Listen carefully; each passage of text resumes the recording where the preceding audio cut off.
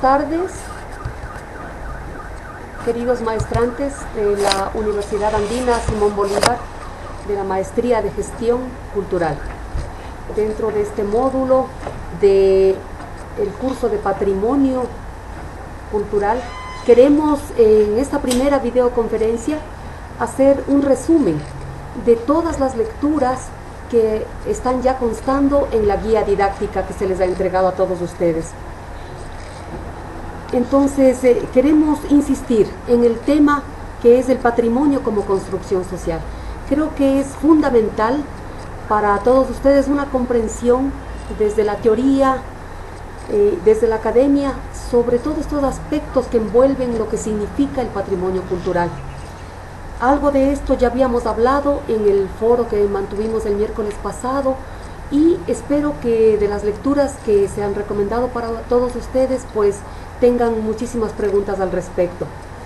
Quiero comenzar con lo que ya habíamos hablado en el foro. Tomando el pensamiento de Gaspar Koil, el patrimonio como construcción social remite a universos simbólicos legitimados. Se asocia principalmente con procesos inconscientes e impersonales de legitimación. Es decir, la construcción social del patrimonio es un proceso inconsciente e impersonal, que lo legitima, por supuesto. Para explicar esta afirmación, partimos de una realidad, como lo expone el autor. El patrimonio no existe en la naturaleza, no es algo universal, algo que ya está dado, sino que ni se produce tampoco, en todas las sociedades humanas, ni en todos los periodos históricos. El patrimonio es un artificio ideado por alguien, por un alguien en plural o en singular, en algún lugar y en algún momento para unos determinados fines.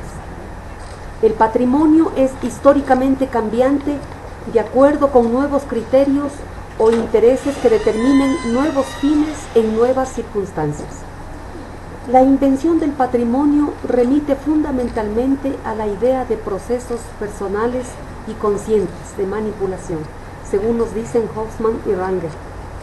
Este autor, Gaspar Koil, nos dice que invención y construcción de patrimonio son frases complementarias de un mismo proceso de construcción patrimonial.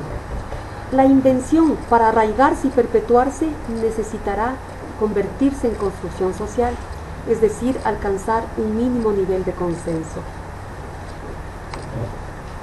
Koil nos dice que no existe una historia del patrimonio, pues no se puede decir que la historia del patrimonio es la historia de los objetos que forman parte de él.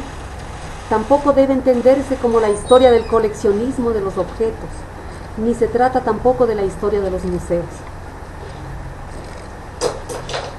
Refiere de inmediato al carácter simbólico del patrimonio.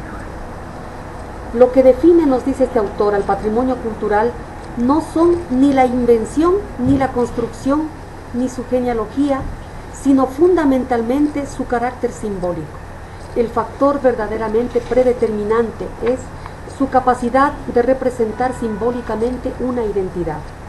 De allí la explicación del por qué se movilizan recursos para conservarlo y exponerlo. Hacemos alusión a la identidad cuando hablamos de patrimonio, nos referimos a cultura, que es el curso que ustedes creo que lo están concluyendo dentro de la maestría, y queremos hacer un pequeño detenimiento en un análisis que me parece del más completo, acertado, de Patricio Guerrero sobre la identidad. Este autor manifiesta que uno de los debates actuales de las ciencias sociales es acerca de la identidad asociado al de cultura. Conceptos que están estrechamente relacionados, pero que no son la misma cosa. El autor explica las preguntas de quién soy, de dónde vengo, hacia dónde voy, han acompañado siempre a la humanidad, al ser humano. El ser humano es un ser en camino, en continua e infinita construcción.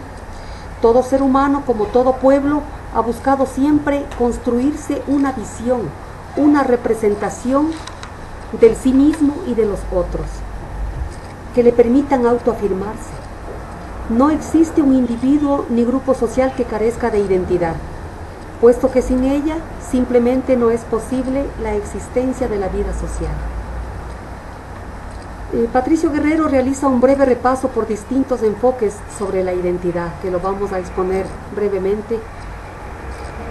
En primer lugar, el enfoque esencialista, que muchas veces pues este tipo de análisis nos acompañan en vertir con cierta facilidad conceptos que está bien que los aclaremos, los analicemos en la clase. La identidad, de acuerdo a este enfoque, es innata, es biológica, preexistente a los individuos. La identidad sería heredada e inamovible. Esta visión esencialista fue utilizada para construir el discurso de el espíritu de las naciones, el espíritu del pueblo, que surgió en el pasado y se va heredando de generación en generación. Es una marca imborrable de individuos y sociedades, las raíces de lo que somos, entre comillas, ¿no? Esta mirada esencialista ha servido también de base para la construcción del discurso de la identidad nacional, que nacemos ya con una identidad predeterminada, por lo tanto inamovible y no se la puede cambiar, como esa esencia unificadora de la diferencia, heredada desde lo más profundo de nuestro ser patriótico, explica este autor, y convertida esta identidad, por tanto, en realidad congelada. Así, la búsqueda de su transformación es vista como subversiva frente al orden dominante. Esta visión de identidad nacional es homogenizante y excluyente, ya que desconoce la verdadera realidad de la diversidad sociocultural existente. Esta visión esencialista puede conducir a posturas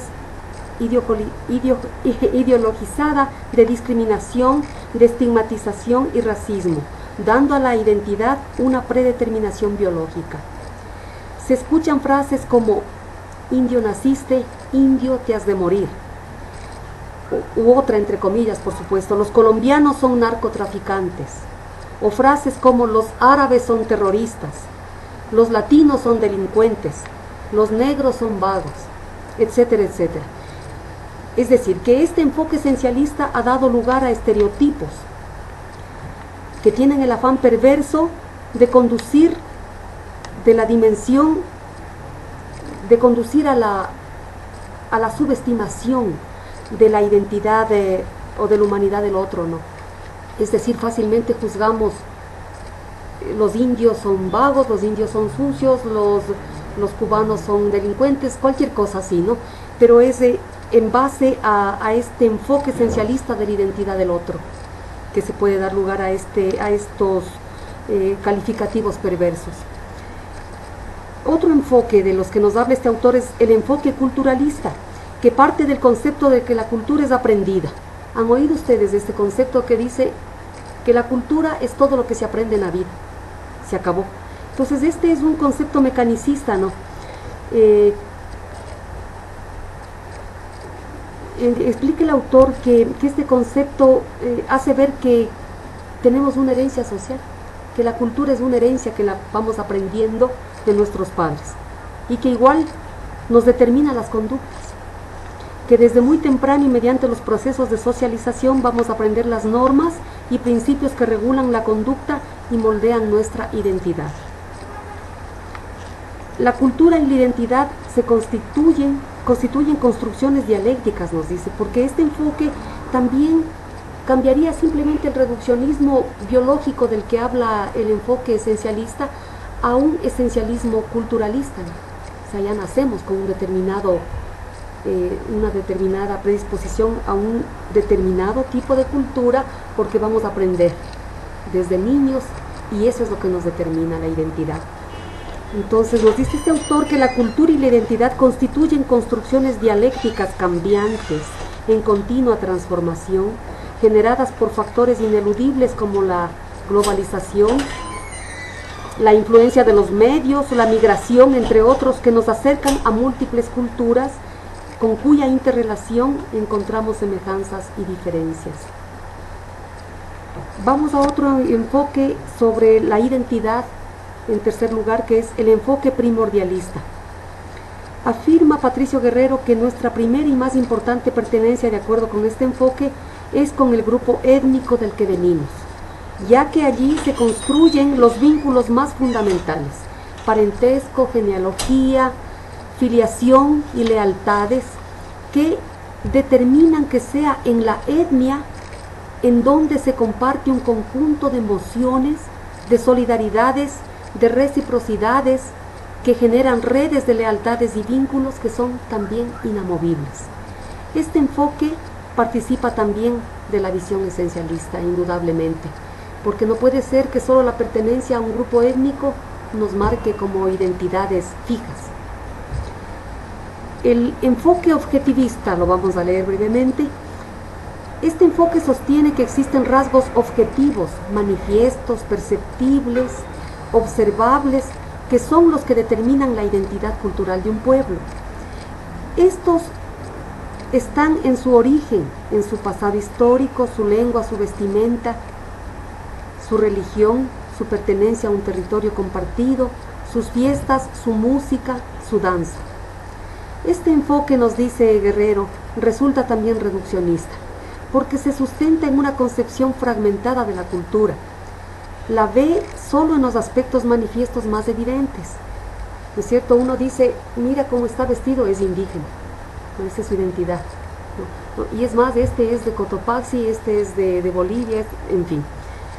Pero sin embargo, estos son solamente aspectos externos visibles, ¿no? Entonces, no considera este enfoque objetivista el nivel de las representaciones simbólicas que construye la cultura, que no se encuentra únicamente en lo más fácilmente perceptible.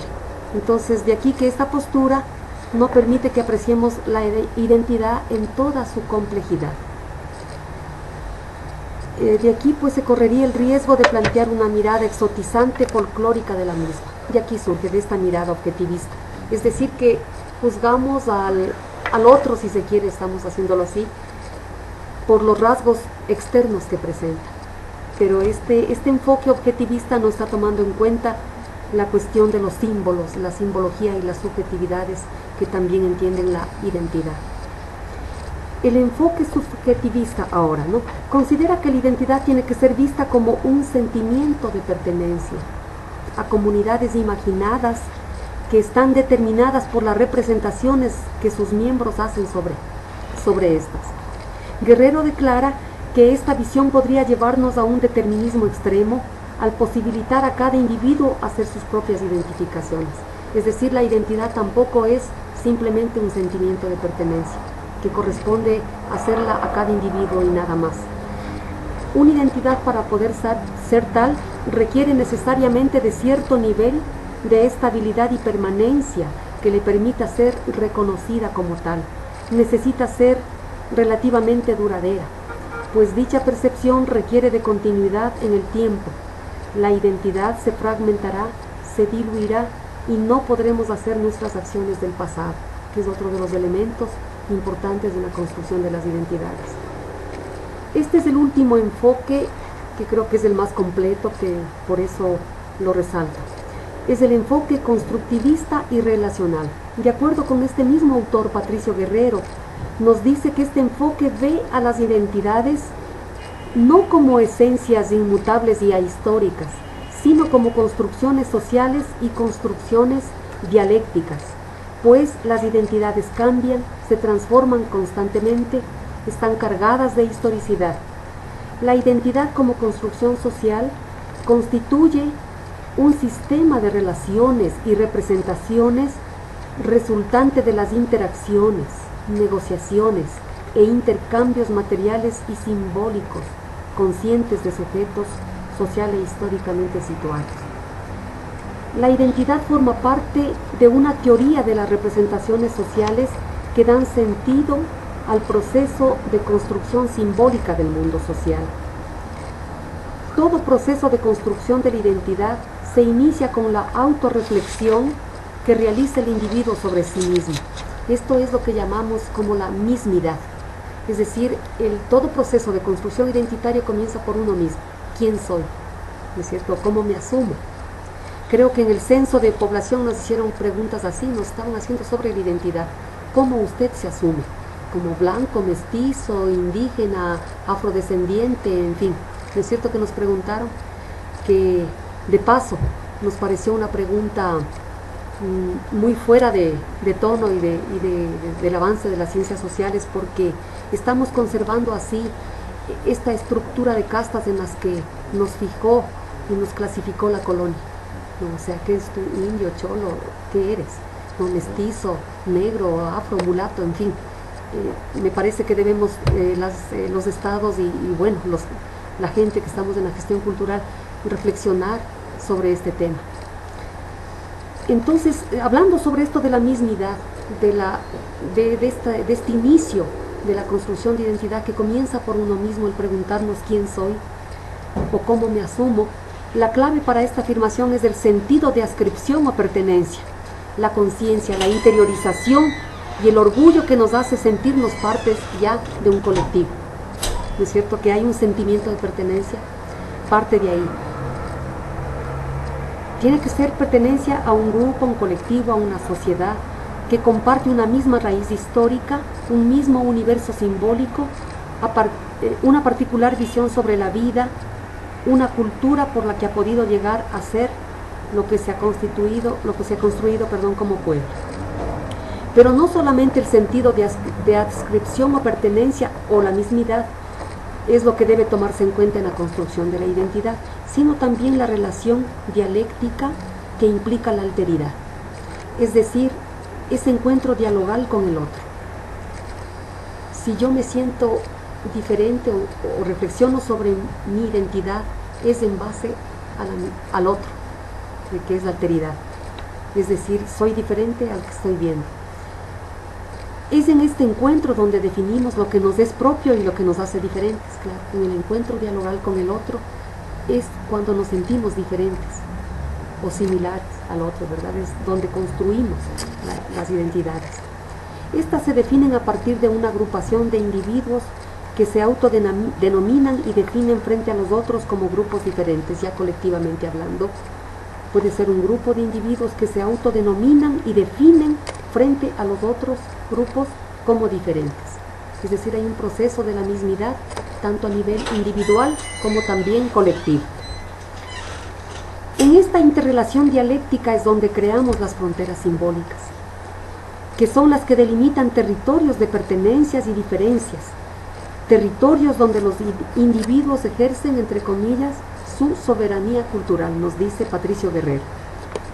Volviendo a la reflexión inicial de que la cultura y la identidad no son la misma cosa, este autor insiste en que las dos son representaciones simbólicas socialmente construidas. La cultura como construcción simbólica de la praxis social es una realidad objetiva que le ha permitido a un grupo o individuo llegar a ser lo que es. La cultura es ese cúmulo, ¿no es cierto?, de experiencias, de prácticas, de cosmovisiones, de símbolos, de luchas, de significados y sentidos. Todo esto que ha ido construyendo un pueblo le ha permitido llegar a ser lo que es, tanto colectiva como individualmente. Mientras que la identidad es un discurso que nos permite decir yo soy o nosotros somos esto. Es decir, la cultura es el ser y la identidad viene a ser lo que creemos ser. Pero que, dice este autor, esto solo puede constituirse o construirse a partir de la cultura, por supuesto. La cultura, que es una construcción específicamente humana, que se expresa a través de todos estos universos simbólicos y de sentido socialmente compartidos, que le ha permitido a una sociedad llegar a ser todo lo que se ha construido como pueblo y sobre el que se construye un referente discursivo de pertenencia. Esta es la identidad, ese discurso que se construye acerca de ese cúmulo de la cultura que es el ser cultural. Otra característica que debemos anotar es el hecho de que la construcción de la identidad es un hecho selectivo, como la tradición. Seleccionamos ciertas cosas para guardarlas, para pervivirlas. Entonces, en identidad igual selecciona ciertos rasgos que se asumen como parte de ese ser, de ese cúmulo de cosas que es la cultura. Podemos decir, agrega Guerrero, que la pertenencia se construye como una representación que refleja lo que uno piensa que es, lo que un grupo piensa que es. La cultura evidencia lo que es ese grupo. La identidad nos permite decir, hablar, construir un discurso sobre lo que pensamos que somos. Bien, creo que hasta aquí podemos concluir con el asunto de la identidad. Son categorías que es necesario las tengamos un poquito más claras desde la teoría, porque constantemente cuando hablamos de patrimonio cultural nos vamos a referir, bueno, a la cultura, a la identidad, a la tradición, a la memoria. Es por eso que hacemos este breve repaso teórico académico. En cuanto a la tradición, nos habla este autor de a quien mandé la lectura, que es Javier Marcos Arévalo. La tradición no se hereda genéticamente, dice, se transmite socialmente. Deriva de un proceso de selección cultural. Morote Best, este autor, nos dice, todo en la vida ha sido un desechar cosas viejas, adquirir otras nuevas y guardar ciertas cosas viejas, ¿no? en la praxis social. Entonces, por eso, esta parte, esta idea de seleccionar unas cosas viejas y no botarlas, no desecharlas y guardarlas, viene a constituir lo que es la tradición.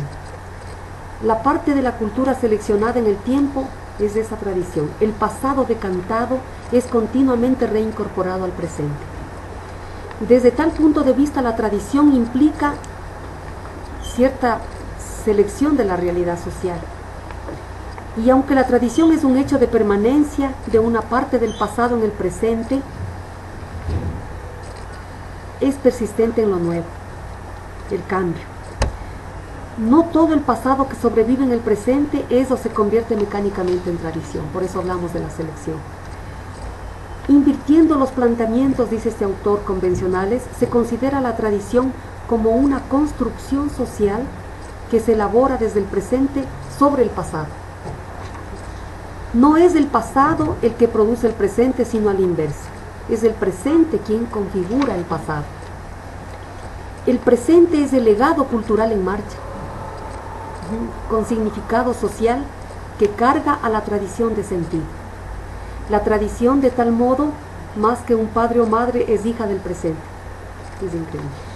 Pero es así, ¿no? Es como desde una mirada muy contemporánea podemos entender estos conceptos que nos van a marcar, que son fundamentales cuando tratamos sobre el patrimonio cultural.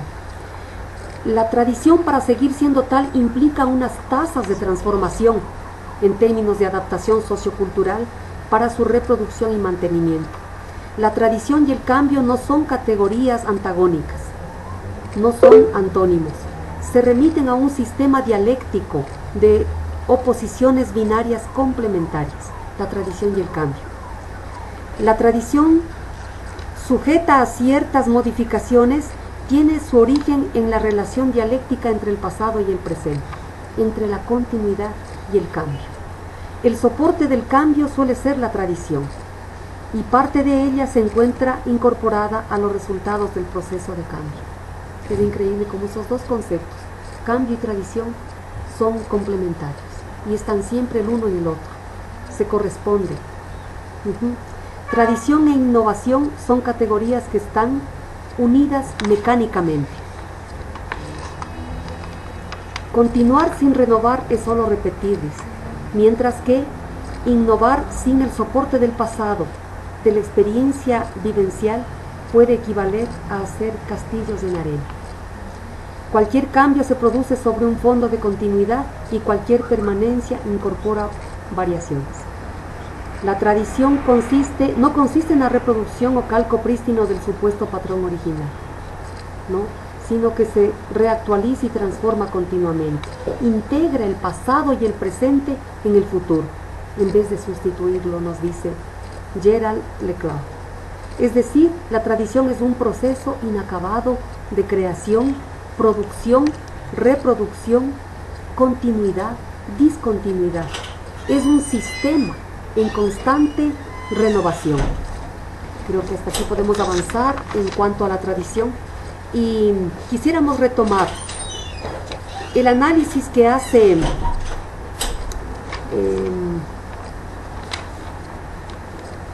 Gaspar Koil sobre la cuestión del patrimonio como construcción social.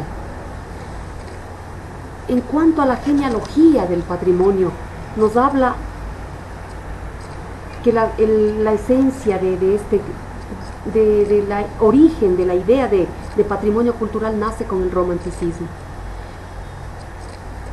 En el romanticismo, los criterios de legitimación extracultural fijados por este movimiento son muy definitorios de su sensibilidad, a la vez que participan de un principio de universalidad. El romanticismo sostenía que hay criterios, hay supraculturales que están fuera del control humano, más allá de la historia, más allá de la naturaleza humana, concebidos por seres superiores como los dioses. Estos criterios son la naturaleza, la historia y la inspiración creativa. Naturaleza, historia e inspiración creativa.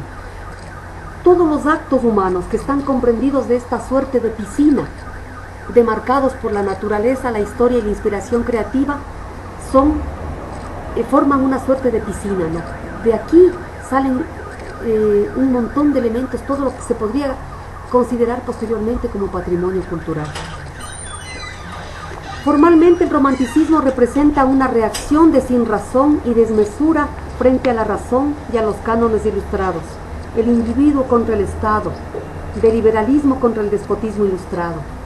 Resume así Gaspar Coil el romanticismo. También se ha dicho que es la ideología de la burguesía, el romanticismo, ¿no? Ideología de la burguesía y su exaltación del individuo no deja de ser, como apuntar a Pierre Vilar, la de la libre empresa. Por ello, estos motivos, naturaleza, historia e inspiración creativa, son tan queridos a la estética y a la ideología romántica. La naturaleza indómita, metáfora y reto para la libertad individual. La historia, los héroes y las grandes gestas libertarias. Y la inspiración creativa, una nueva percepción del concepto de autor, nos dice Coil. La reivindicación de la imaginación y del genio frente a la imitación o al academicismo característicos de la ilustración. Entonces, estos criterios románticos no pasarían de ser orientaciones estéticas, si no fuera por su carácter extracultural, sacralizado, como decíamos, ¿no? No tienen nada que ver con el romanticismo en sí, estos criterios románticos, sino con principios globales de la concepción de la sociedad y de la cultura. Y se da, por tanto, como diría Taylor, en un sentido etnográfico amplio. La fuerza de la naturaleza, la historia y la inspiración creativa para legitimar la realidad social proviene del hecho de que están más allá del orden social y de sus leyes, como decíamos. La naturaleza salvaje, sus fuerzas desatadas, sus peligros y misterios escapan al control humano y revelan la existencia de unos poderes que no se pliegan al orden social. La historia, el pasado, está más allá de nuestro presente inmediato, que es el único tiempo que dominamos. Pero la historia está poblada de hechos y personajes magnificados en la oscuridad y que encarnan el bien y el mal, nuestras esperanzas y nuestros temores, mitificados en suma y por tanto inalcanzables para nuestras leyes. Pero, y de ahí su influencia, unidas a nosotros por una dependencia unidireccional de filiación que les convierte en nuestros ancestros y a los testimonios de sus vidas y sus gestas en nuestras reliquias. Miren cómo este autor va explicando a través de estas entelequias del romanticismo cómo estos son los orígenes, de dónde salió la idea de patrimonio cultural. Y por último, la inspiración creativa, que es el genio que representa la excepcionalidad cultural. No, claro, seres dotados de dones especiales que no podían venir de otra fuente que de los dioses, por lo tanto, fuera del control humano. Entonces, toda fuerza extracultural de estos elementos que hablamos, naturaleza e historia e inspiración creativa, los sitúa más allá de los confines de la cultura, de la capacidad de la sociedad para controlarlos. Se puede atribuir a fuentes impersonales. En este último caso podremos hablar con propiedad de la sacralidad de tales elementos.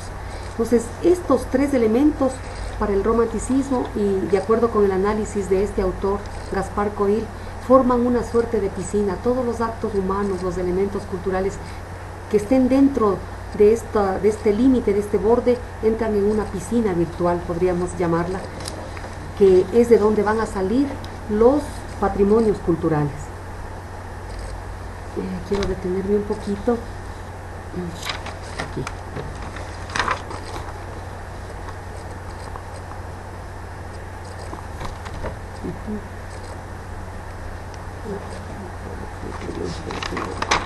Ya. Bueno.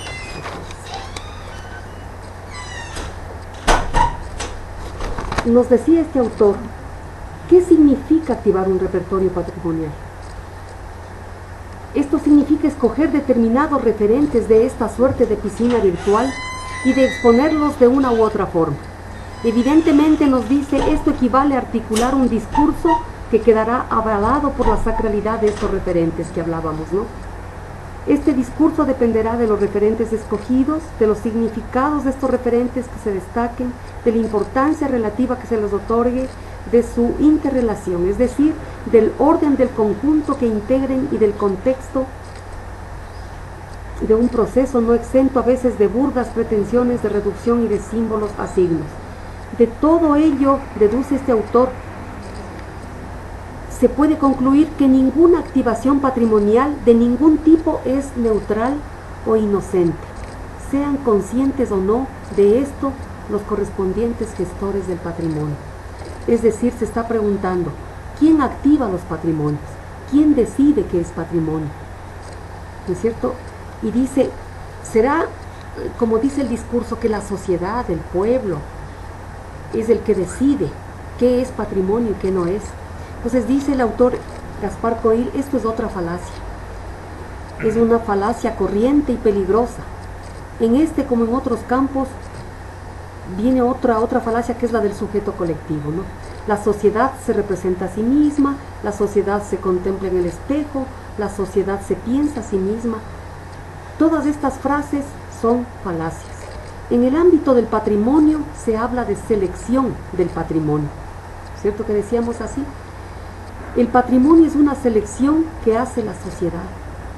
O se recurre a metáforas como el patrimonio es la vitrina de los recuerdos familiares o sociales. Pero se pregunta este autor, ¿quién es la sociedad? ¿Cómo está representada esta sociedad que elige qué es patrimonio y qué no lo es? ¿Quién representa o dirige la representación de esta sociedad? ¿Quién elige el espejo en el que se mira y determina más o menos la sutil curvatura del cristal, nos dice este autor? ¿Quién piensa y elabora el discurso sobre el patrimonio? ¿Quién efectúa la selección? ¿Quién decide qué mostrar en la vitrina? La sociedad no, nos dice, ¿no? La sociedad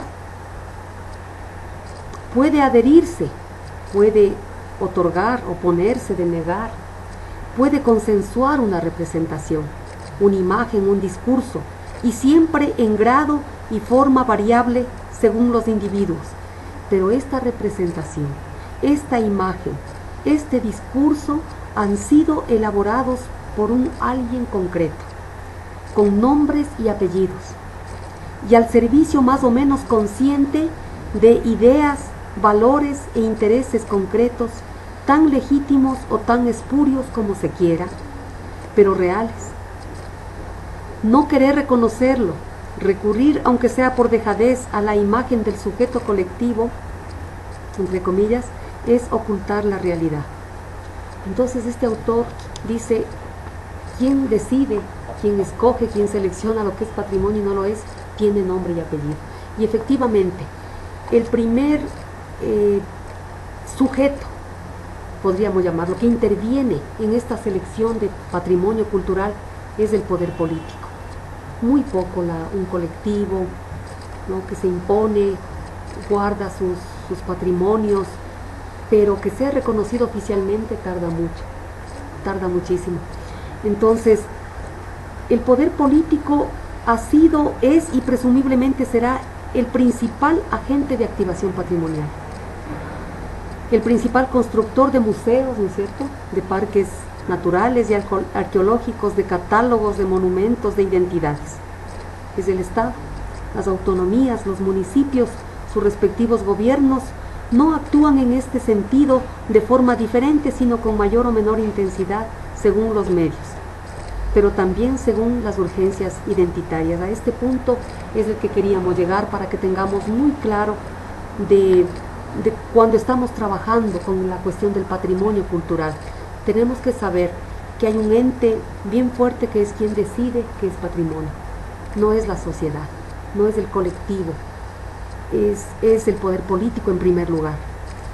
Y de ahí pues la sociedad es quien avaliza, niega, deniega, se va aceptando, va interiorizando ese patrimonio como suyo, pero surge de un alguien con nombre y apellido, que creo que es muy valioso este concepto tenerlo claro. Entonces, bueno, además no solamente el poder político, sino también el poder político informal, alternativo, puede ser la oposición, Creo que un ejemplo puede ser aquí en Ecuador, en Guayaquil, se trató por parte de la oposición y de quien dirige un gobierno local, ¿no es cierto?, que es el municipio de Guayaquil, se trató de poner un bulto para irlo sembrando socialmente como patrimonio cultural. Primero como la idea de liderazgo político, ¿no?, de un ser histórico, de un símbolo, a León Febres Cordero. Tuvo oposición de diferentes sectores sociales, de diferentes gestores culturales precisamente, pero la idea de parte del gobierno o de una oposición política era la de ir posicionando en la gente que un determinado símbolo se vaya encarnando luego como un patrimonio cultural. Entonces puede ser un ejemplo, ¿no? Es decir, no solamente es el poder político el que define qué es patrimonio, sino puede haber desde la oposición política también, ¿no? El valor de la cohesión simbólica y por tanto de los repertorios patrimoniales que representan versiones alternativas de la identidad es entonces enorme. Los repertorios patrimoniales pueden ser activados también desde la sociedad civil, por agentes sociales diversos o mediadores culturales, como algunos prefieren decir, aunque para fructificar siempre necesitarán el soporte o cuando menos el beneplácito del poder. Podríamos decir, dice, sin poder no existiría el patrimonio. Tiene que tener el aval del poder político especialmente. Es importante situar lo que significa el patrimonio cultural dentro de este contexto de luchas, de hegemónicas, de fuerzas dominantes en la sociedad. Entonces, el discurso está elaborado como, en muchos textos los vamos a encontrar, es como que es la sociedad quien decide qué es patrimonio, ¿no?, qué es patrimonio cultural y qué no lo es.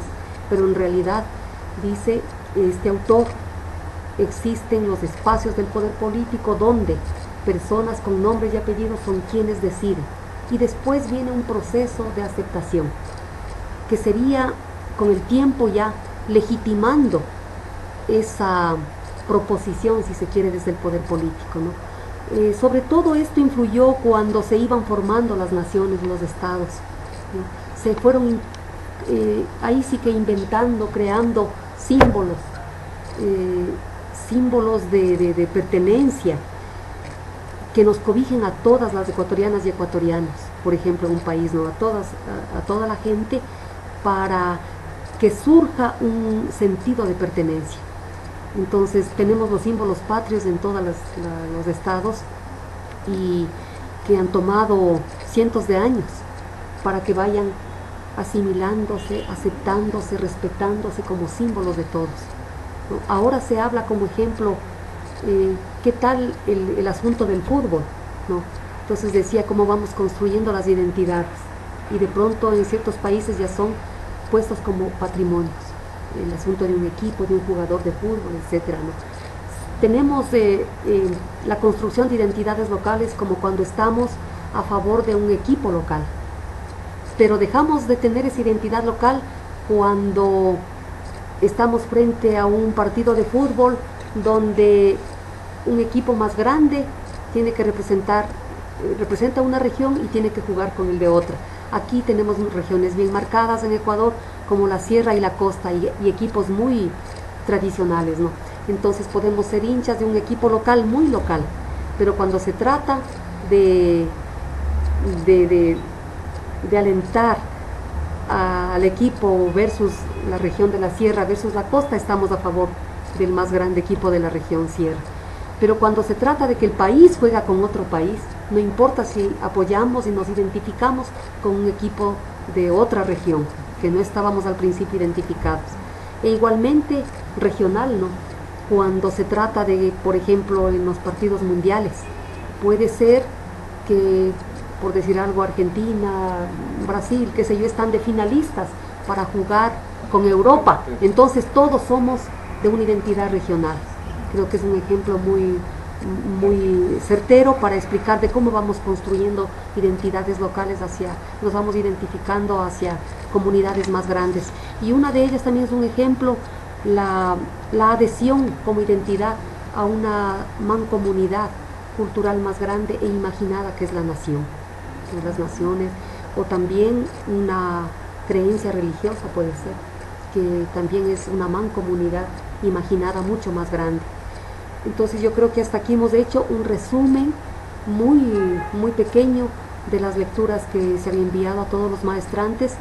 Me comprometo a subir por escrito y también visual esta conferencia para que puedan tener para su material y para los reportes de lecturas que tienen obligación de cumplir.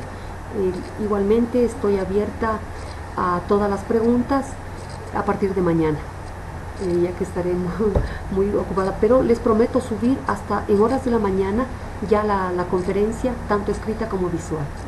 Bueno, hasta aquí, a ver si nos ayuda el compañero técnico, y damos por terminada la primera conferencia de hoy. La próxima conferencia el día viernes.